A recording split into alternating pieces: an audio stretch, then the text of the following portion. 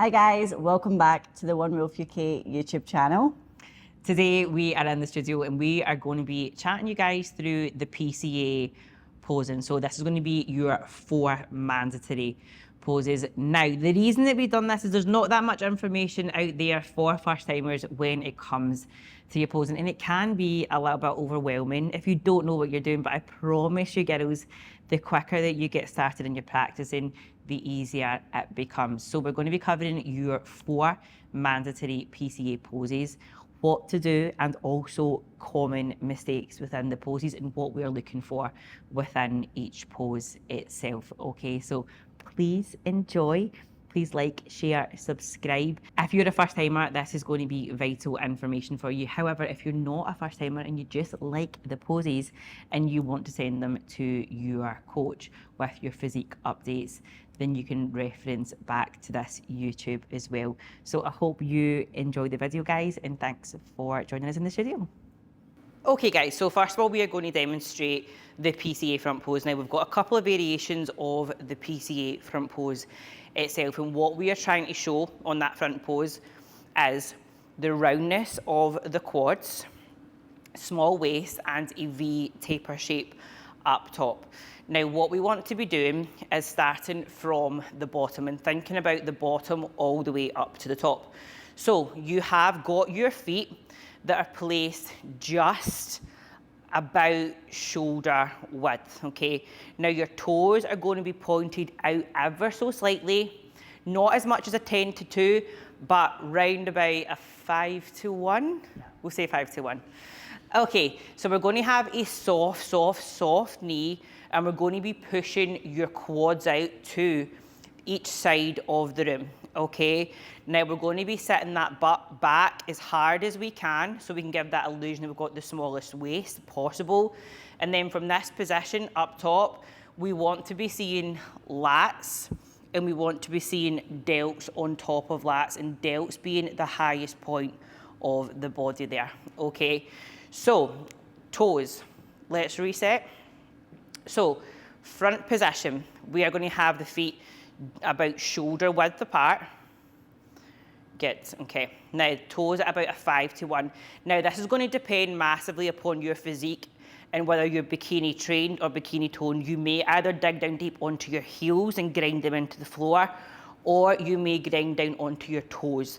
This is massively dependent upon your shape and the split that you want to see within your quads, okay? Now, soft bend in the knee, and we're going to be pushing your knees out, pushing the quads out, pushing that butt all the way back, chest up nice and high, and then we're going to be opening up into our front shot, okay? Now, you have another variation here of having both hands out by your sides. Now, we always need to make sure that the hand height is below the elbow height. We don't want to see any teacups. We don't want that, okay?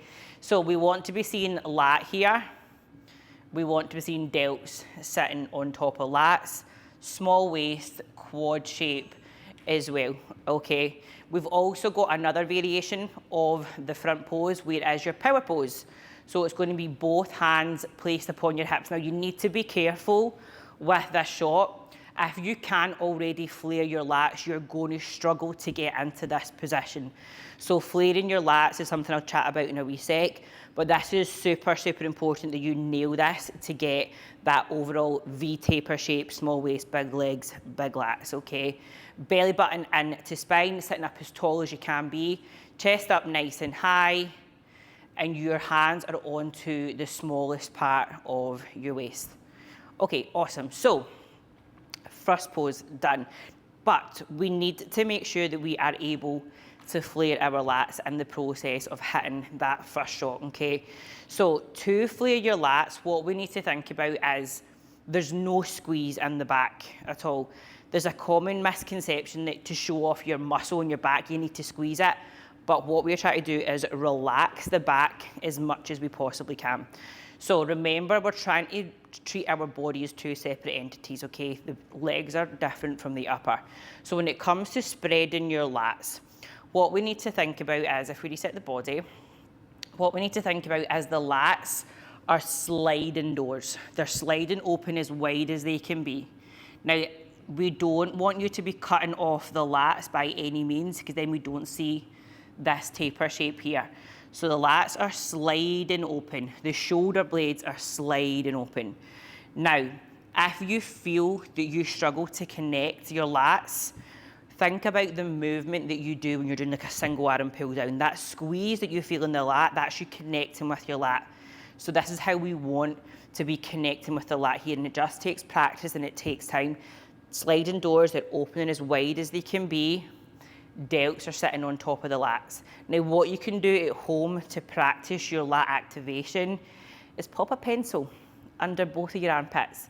And if that pencil stays, then most likely you are activating these lats. However, we don't want to be pushing the lats in towards the arms by just bringing the hand down super low, because we need that position there to show off that V taper shape, okay? So delts on top of lats, small waist, butt back, hinging the hips, knees out, quads out, digging into either your toes or your heels. And essentially the movement here is like here, pushing that hip back. Good. Now you can see Claire isn't arched forward. She's sitting up nice and tall, but she's got the pivot and the hips. If you think of like someone putting a champagne glass on your arse, that's how you should be pivoting the hips back, okay? So that is your first pose for PCA. Now we move into the side shot. So here we are trying to create an S frame, okay? So glutes, hams, small midsection, and also nice round full shoulder. So we have two variations of the PCA. Now we have the first variation where we lead with the right toe, and the right toe is into the middle of the bridge of, sorry, the left toe is into the middle of the bridge of the right foot. Okay, so we're going to be locking the back leg out for stability purposes and making sure that we can get a bend in the front knee. Now remember, we're always trying to change both parts of your body to not be in sync with each other. They're two separate entities.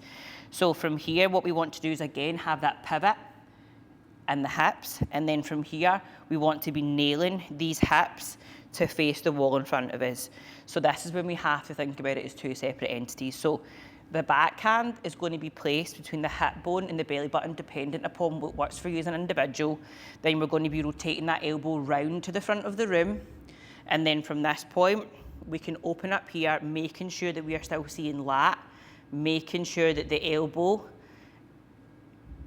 and the hand aren't here. It's a nice, smooth transition, opening up the hand for a beautiful extension. And then from here, making sure that these hips are pushed back.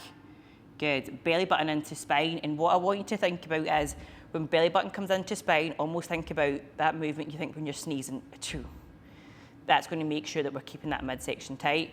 We're standing up as tall as we can be, string to the top of our head. Now what we're seeing here is beautiful glute, hamstring, tiny waist, lat, two beautiful delts here, okay?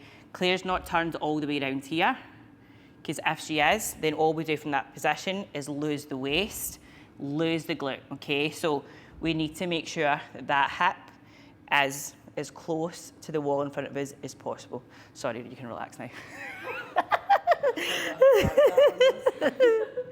So that is the first variation of the PCA front pose.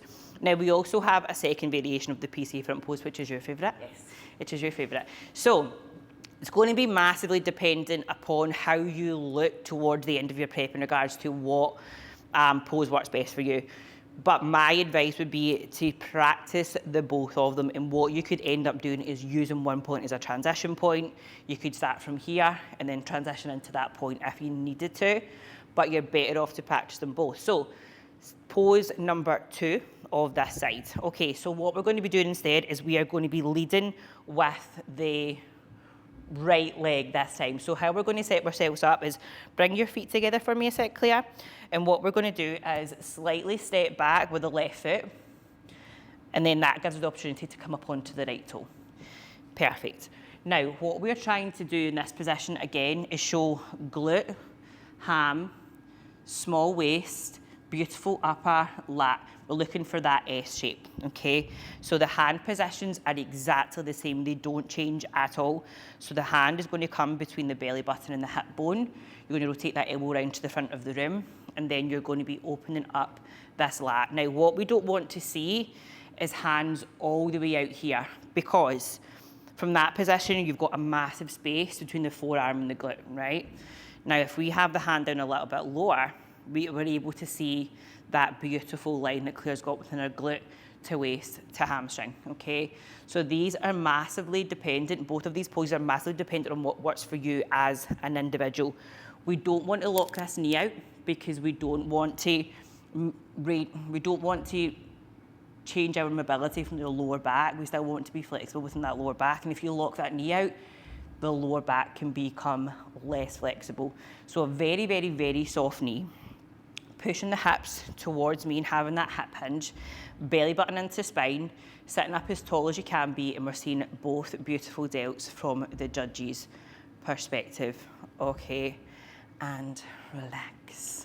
Relax. So there's the two variations, and it's completely up to yourself which one that you prefer. Practice both of them because your body will change towards the back end of your prep quite rapidly. So try them both and see what works for you. Okay, so the back pose. So the back pose is pretty much the same as the front pose.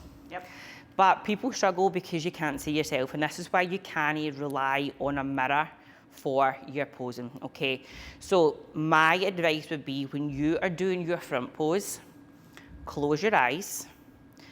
Remember how it feels in the body, how you connect with each of the muscles. And then from that point, open your eyes and understand, am I in the correct position? If you are in the correct position, awesome. If you're not, find the position. From that point, close your eyes, memorize how it feels. And that is how you're going to utilize that point to get into your back position as well. Okay, so back position, again, is about us showing that beautiful V taper shape. So we're going to have the feet round about shoulder width. They might be a little bit wider depending upon how much muscle tissue you have, okay? Now what we're going to do again is we're going to be grinding these heels into the floor, and what that does is it pops your hamstrings and your adductors, okay? So grind the heels into the floor, the knees are out, the quads are out, the butt is back, and we're going to feel that stretch in the hamstrings, and it's going to feel very strange. Then from that point, what we're doing is we're utilising exactly the same as what we've done in the front shot. We're going to be opening up and making that X frame from the back shot. So here you can see Claire's hamstrings. You can see adductors. You can see glutes, which are not squeezed. We don't want to squeeze the glutes. If we squeeze the glutes, it makes them look boxy. So Claire's squeezing them at the moment, and they'd go boxy at the top, and we don't want to see that on stage. Also, if you are super, super lean and you squeeze your glutes, you are going to get striations, and that's not what we want to see. Okay, waist is super nice and tight, and we're seeing that beautiful top line, delts on top of lats, and we're seeing that beautiful shape there. We've got the hands are extended at each point without having teacup hands or teacup arms.